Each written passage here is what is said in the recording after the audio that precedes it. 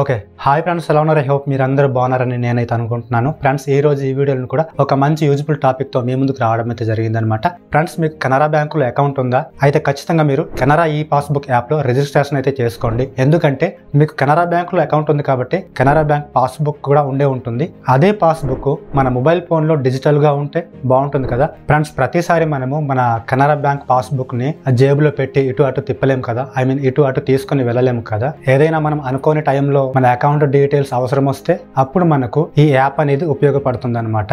And అలాగే ప్రతిసారి మనము పాస్బుక్ పట్టుకొని బ్యాంకు వెళ్ళి 2-3 గంటలు క్యూ లైన్ లో నిలబడి బ్యాంక్ బ్యాలెన్స్ చెక్ చేస్తూ ఉంటాం. అలాగే స్టేట్మెంట్ ని ప్రింట్అవుట్ తీస్తూ ఉంటాం. ఇదంతా టైం వేస్ట్ అనమాట. అలా క్యూ లైన్ లో నిలబడి టైం వేస్ట్ చేసే బదులు మీ మొబైల్ ఫోన్ లో ఈ కెనరా ఈ పాస్బుక్ యాప్ అనేది ఉంటే సరిపోతుంది కదా ఫ్రెండ్స్. ఈ కెనరా ఈ పాస్బుక్ యాప్ లో మనము మన account details like full name, account number, IFC code, customer ID, మన అకౌంట్ కి సంబంధించిన డీటెయిల్స్ అన్ని కూడా చూసుకోవచ్చు. అండ్ మన అకౌంట్ లో ఎంత డబ్బులు ఉన్నాయనేది కూడా ఎంక్వైరీ చేసుకోవచ్చు. అలాగే మన యొక్క స్టేట్మెంట్ హిస్టరీ కూడా చూసుకోవచ్చు. కావాలంటే డౌన్లోడ్ కూడా చేసుకోవచ్చు అనమాట. ఇలా మనకు చాలా సింపుల్ గా ఈ యాప్ అనేది ఉపయోగపడుతుంది. కాబట్టి ఈ యొక్క యాప్ ని మనం ఏ విధంగా ఇన్స్టాల్ చేసుకోవాలి, ఎలా రిజిస్ట్రేషన్ చేసుకోవాలి, కంప్లీట్ గా ఈ వీడియోలో మనం తెలుసుకుందాం. చివరి దాకా చూస్తుంది. వీడియోని ఖచ్చితంగా లైక్ చేయండి. మీరు లైక్ చేస్తే నాకు మోటివేషన్ ఉంటుంది. మీ ఫ్రెండ్స్ కి తప్పకుండా షేర్ చేయండి. మరిన్ని వీడియోస్ కోసం మన ఛానల్ ని సబ్స్క్రైబ్ చేసుకోండి. పక్కన బెల్ సింబల్ మీరు ఆల్ నోటిఫికేషన్లు పెట్టుకోండి. లేట్ చేయకుండా మన టాపిక్ అయితే స్టార్ట్ చేద్దాం ఫ్రెండ్స్. దీనికి సంబంధించిన యాప్ లింక్ నేను డిస్క్రిప్షన్లో పెడతాను. లేదా మీరు మీ మొబైల్ ఫోన్లో ప్లే స్టోర్ని ఓపెన్ చేసుకొని సెర్చ్ బార్లో మీరు కెనరా ఈ పాస్బుక్ అని చెప్పి సెర్చ్ చేయండి. మీకు కెనరా ఈ పాస్బుక్ యాప్ అనేది ఈ విధంగా చూపిస్తూ ఉంటుంది. సో దాన్ని మీరు ఇన్స్టాల్ చేసుకోవాలి. ఇన్స్టాల్ చేసుకున్న తర్వాత ఓపెన్ చేయాలి. ఓపెన్ చేయగానే మీకు పర్మిషన్ అడుగుతుంది. పర్మిషన్ అలౌ చేసేయాలి.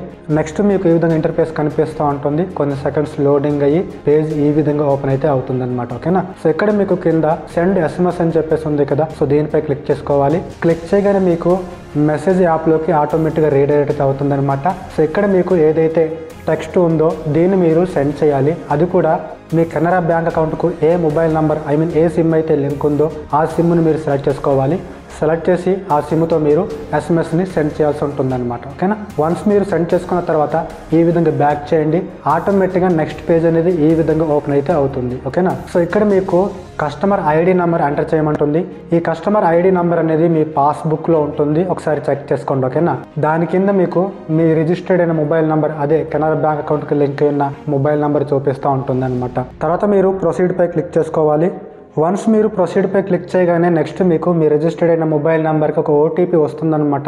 ఆటోమేటిక్గా ఓటీపీ అనేది వెరిఫై అయితే అయిపోతుంది అనమాట. అండ్ నెక్స్ట్ పేజ్ ఇలా ఓపెన్ అయితే అవుతుంది. ఇక్కడ మీకు 6 డిజిట్ ఎంపిన్ అయితే సెట్ చేసుకోమంటుంది అనమాట.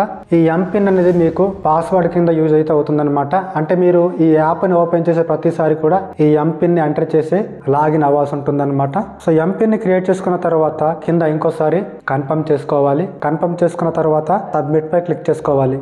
సబ్మిట్ పై క్లిక్ చేయగానే మీకు ఈ విధంగా your MPIN has been updated successfully, your registration is completed అని చెప్పేసి ఇలా రావడం అయితే జరుగుతుంది. ఓకే పై క్లిక్ చేసుకోవాలి. వన్స్ మీరు ఓకే పై క్లిక్ చేయగానే మీకు ఈ విధంగా లాగిన్ పేజ్ అయితే ఓపెన్ అయితే అవుతుంది. ఇక్కడ మీరు ఏదైతే ఎంపిన్ సెట్ చేసుకున్నారో అదే ఎంపిన్ ఎంటర్ చేయగానే ఆటోమేటిక్గా లాగిన్ అయితే అయిపోతారనమాట హోమ్ పేజ్ లోకి ఈ విధంగా. ఓకేనా.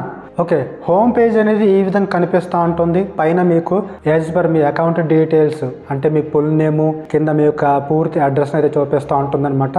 కింద మనకు సర్వీసెస్ అయితే కనిపిస్తూ ఉంటాయి. సో ఇప్పుడు మనము మన యొక్క బ్యాంక్ అకౌంట్ డీటెయిల్స్ ఎలా తెలుసుకోవాలి, డబ్బుల్ని ఏ విధంగా చెక్ చేసుకోవాలి, అండ్ మన యొక్క స్టేట్మెంట్ ట్రాన్సాక్షన్ హిస్టరీని ఏ విధంగా చెక్ చేసుకోవాలి, ఆర్ ఏ విధంగా డౌన్లోడ్ చేసుకోవాలో తెలుసుకుందాం. ఓకే, ఇక్కడ మీకు అకౌంట్ డీటెయిల్స్ అని చెప్పేసి ఆప్షన్ అయితే ఉంది కదా. సో దీనిపై క్లిక్ చేసుకోండి. క్లిక్ చేయగానే నెక్స్ట్ పేజ్ ఇలా ఓపెన్ అయితే అవుతుందన్నమాట. ఓకేనా. సో ఇక్కడ మీరు చూసుకున్నట్లయితే మీ అకౌంట్లో ఎంత డబ్బులు ఉన్నాయో ఈ విధంగా చూపిస్తూ ఉంటుంది. అండ్ దాని కింద సేవింగ్స్ అని చెప్పేసి మీకు డీటెయిల్స్ అయితే చూపిస్తూ ఉంటుంది. సింపుల్గా దానిపై క్లిక్ చేసుకోండి. నెక్స్ట్ పేజ్ ఇలా ఓపెన్ అయితే అవుతుందన్నమాట. ఓకేనా. సో ఇక్కడ మీకు మీ యొక్క అకౌంట్ పూర్తి డీటెయిల్స్ అనేది చూపిస్తూ ఉంటుంది అనమాట. మొదట్లో నేను మీకు చెప్పినట్టు మీ account number, IFSC code, customer ID, మీ అడ్రస్, అకౌంట్ టైపు, ఇలా అన్నీ కూడా చూపించడం జరుగుతుంది మీ అకౌంట్ డీటెయిల్కి సంబంధించి. ఓకేనా. అండ్ ఇప్పుడు మనము మన యొక్క స్టేట్మెంట్ ఆర్ ట్రాన్సాక్షన్ హిస్టరీని ఏ విధంగా చెక్ చేసుకోవాలి, డౌన్లోడ్ చేసుకోవాలి తెలుసుకుందాం. సో ఇక్కడ మీకు పాస్బుక్ ఆర్ పాస్ షీట్ అని చెప్పేసి ఉంది కదా. ఈ ఆప్షన్ పై క్లిక్ చేసుకోండి. క్లిక్ చేయగానే మీకు మీ అకౌంట్ డీటెయిల్కి సంబంధించిన ట్రాన్సాక్షన్ హిస్టరీ అది స్టేట్మెంట్ అనేది ఈ విధంగా చూపించడం జరుగుతుందన్నమాట. మీరు చేసిన ట్రాన్సాక్షన్ హిస్టరీ మొత్తం చూపిస్తూ ఉంటుందన్నమాట. ఈ హిస్టరీని మీరు డౌన్లోడ్ చేసుకోవాలంటే కనుక కింద email and download account statement చెప్పేసి ఉంది కదా, ఈ ఆప్షన్పై క్లిక్ చేసుకోవాలి. నెక్స్ట్ పేజ్ ఇలా ఓపెన్ అయితే అవుతుంది. ఇక్కడ మీ అకౌంట్ నెంబరు, తర్వాత మీ రిజిస్టర్డ్ అయిన ఈమెయిల్ ఐడి చూపిస్తూ ఉంటుంది. కింద స్టేట్మెంట్ ఫర్ అని చెప్పేసి ఉంది కదా, ఇక్కడ స్టేట్మెంట్ అదే హిస్టరీ అనేది 1 మంత్ కావాలా, 2 మంత్స్ కావాలా, 3 మంత్స్ కావాలనేది మీరైతే సెలెక్ట్ చేసుకోవాలి. సెలెక్ట్ చేసుకున్న తర్వాత కింద స్టేట్మెంట్ టైప్ పీడిఎఫ్లో కావాలా, XLSలో కావాలనేది మీరైతే సెలెక్ట్ చేసుకోవాలి. సో నేను పీడిఎఫ్ని అయితే సెలెక్ట్ చేసుకొని కింద మనకు డౌన్లోడ్ అని చెప్పేసి ఆప్షన్ అయితే కనిపిస్తూ ఉంటుంది. సో దానిపై క్లిక్ చేసుకోవాలి. క్లిక్ చేయగానే మీకు కొన్ని సెకండ్స్ ఈ విధంగా లోడింగ్ అయ్యి ఆటోమేటిక్గా ఆ యొక్క స్టేట్మెంట్ అనేది హిస్టరీ అనేది డౌన్లోడ్ అయితే అవుతుంది అనమాట. ఓకేనా. సో ఇది ఫ్రెండ్స్, ఈ విధంగా మీరు మీ అకౌంట్ డీటెయిల్స్ తెలుసుకోవచ్చు, తర్వాత ఎంత అమౌంట్ ఉందో చూసుకోవచ్చు, మీ స్టేట్మెంట్ని డౌన్లోడ్ చూసుకోవచ్చు. సో మీకు అర్థమైంది అనుకుంటున్నాను. వీడియో కనుక మీకు నచ్చితే తప్పకుండా లైక్ చేయండి. మీరు లైక్ చేస్తే నాకు మోటివేషన్ ఉంటుంది. మీ ఫ్రెండ్స్కి తప్పకుండా షేర్ చేయండి. మరిన్ని వీడియోస్ కోసం మన ఛానల్ని సబ్స్క్రైబ్ చేసుకోండి. పక్కన బెల్ సింబల్ మీరు ఆల్ నోటిఫికేషన్లో పెట్టుకోండి. Thanks for watching. Next video కలుసుకుందాం. అంతవరకు బై బాయ్.